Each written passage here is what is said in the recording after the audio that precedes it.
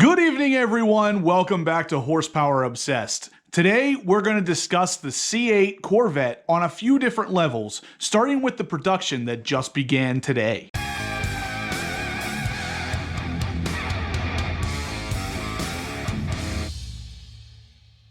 Alright guys, so first and foremost, the C8 production has officially began today, and the first car has officially rolled off the production line. Of course, that black C8 Stingray is actually for Rick Hendrick, but nonetheless, it has started, which means we will all be getting ours very soon, and that is absolutely amazing. I can't believe this car is finally here. Like I said, the car with the VIN number 001 was purchased by Rick Hendrick for $3 million last month at Barrett-Jackson. You guys have probably already heard about all that, but in case you haven't, there it is. Chevrolet told us previously that the first mid-engine Corvette produced for customers would be, in fact, the black coupe with the Z51 package. Since that's the first of the cars to be produced, that of course is number one for Rick Hendrick. Chevrolet is currently saying that the initial vehicle shipments to the dealers are expected to begin in late February or early March. Chevrolet also put up this trailer for a documentary of the C8 Corvette's development called Revolution, and I'll put that in right here for you guys now. Just as you start to understand design, there are certain things in your life that strike you as, yes, this is correct. And somehow you have a innate relationship to it. You may not be able to describe it or understand it, but you just feel comfortable. It feels right, and it feels natural.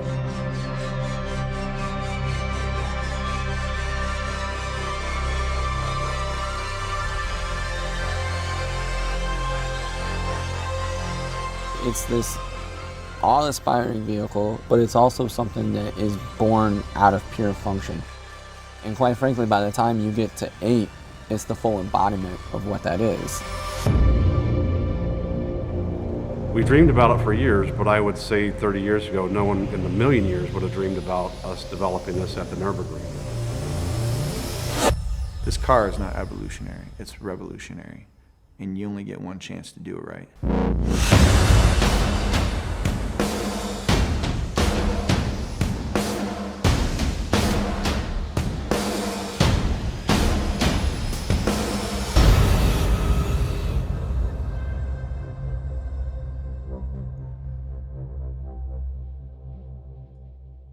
Definitely awesome. It definitely gets you pumped for this car. It has been an amazing ride so far. I can't wait to finally get my hands on this thing. It's going to be absolutely phenomenal. I know you guys are just as pumped as me, but seeing the car actually come off the production line like this is just so surreal because it's finally here. Anyway, next we're going to talk about the C8 Corvette's resale value that has recently been discussed on Kelley Blue Book. Yes, resale value for a car that's not even available yet. For those of you who don't know what Kelley Blue Book is, it's actually a site that can give you the value of the car you're looking to purchase or even the value of the car you're looking to sell. It's a great tool to have at your disposal when looking to purchase a new car for a lot of different reasons. But they just recently came out and named the C8 Corvette one of the 2020 year vehicles with the best resale value. Then, furthermore, selected the Stingray to the list of the top 10 best resale cars overall. As Kelley Blue Book points out, many new car buyers do not realize that the depreciation is often the greatest expense incurred by drivers during the first 5 years of vehicle ownership. KBB says an average 2020 model year vehicle will only retain about 37% of its original value after 5 years. Or basically, a $35,000 car today is expected to be worth less than $12,950 in 2025. But that's not always the case. All vehicles in that top 10 list overall are projected to retain more than 50% of their MSRP. So that means while it might be painful to pay MSRP today for the much in-demand new Corvette, Its expected high resale value could make the initial cost of ownership not nearly as painful 5 years from now, or so KBB says, anyway. The new Corvette is the only car in the top 10 overall list, where it joins 2 other General Motors vehicles, the Chevrolet Silverado and the GMC Sierra. These are, of course, projections from previous years and the way the Corvette has handled itself previously, so nothing is guaranteed here. But KBB has done these before and they've been right before, so there's not a real reason to doubt it as far as that's concerned. But like I said, you never know. As of right now, KBB is saying this is likely to be one of the top 10 cars to hold its resale value, and I think that's awesome considering they're also going to make more of these Corvettes initially than they ever have in the past. So if the car is this highly anticipated and it has a decent resale value, that sounds like a big plus to me. Next up is something that might disappoint some of you. There is a supplier issue that forced Chevrolet to cancel the visible carbon fiber aero kits from most of the orders. For anyone who doesn't know what that option is, you can see it here in this picture. The full-length side skirts and front lip are specifically what's been pulled from most of these orders. GM is stating it's a supplier issue, but some have noted that it actually might be a quality control problem that ultimately had these options removed. The 2021 C8 is said to have these options back, but for now they've been pulled from the actual website and any further orders. But there's a little bit of light at the end of the tunnel as far as this goes, because if you really wanted those parts, you'll still be able to get them at some point in the future. Since these kits are LPO options, they will be available to order through your Chevrolet dealer's parts counter. If you're willing to spend that extra chunk of change and get them, you can also have the dealer install them, and then they'll also qualify for the 3-year 36,000 mile warranty as well. The shortage and high demand for the aero kits will also cause the aftermarket to spring into action and hopefully create something that's even better looking and even more readily available. And for me,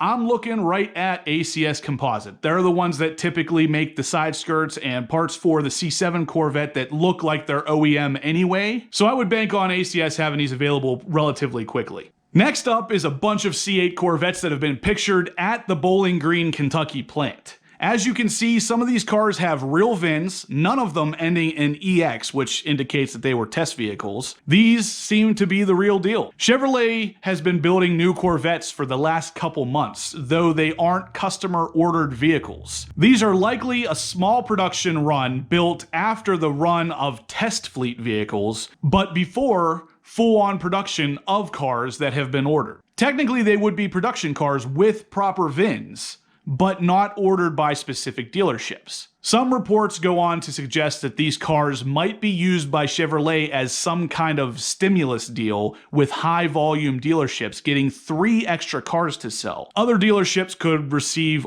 1.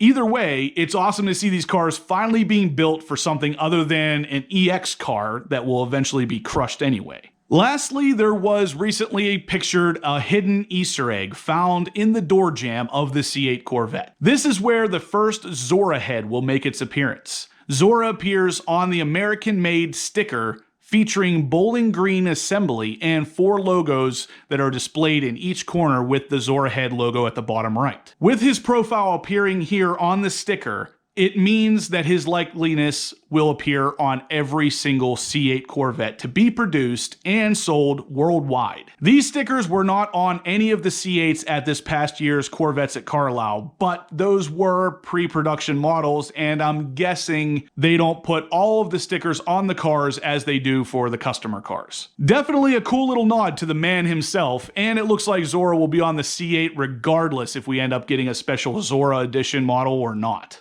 I think it's pretty interesting to have these little Easter eggs, just like some of the ones that showed up on the C7 Corvette with little flags in the back of the window instead of the typical dots that make up the dot matrix, and little flags that showed up even in the headlights. These tiny little Easter eggs or little cool factors to the car are always interesting to see because it tells you that the manufacturer of the car really puts a lot of time and thought into making this car great for us enthusiasts. Anyway, guys, that's going to do it for today's video. Let me know down below how excited you are to finally see the start of production for the C8 Corvette. I know I'm freaking pumped and I can't wait to get mine. If you guys liked what you saw here today, please give me a big thumbs up. If you have any questions about today's content or anything we talk about on this channel, feel free to leave them in the comment section down below or shoot me an email. horse.power.obsessed@gmail.com, and I'd be happy to answer anything you may have for me. If you haven't subscribed to this channel yet, please do so. I have my own C8 coming very soon and you aren't going to want to miss it. And as always, guys, I'll catch you in the next one.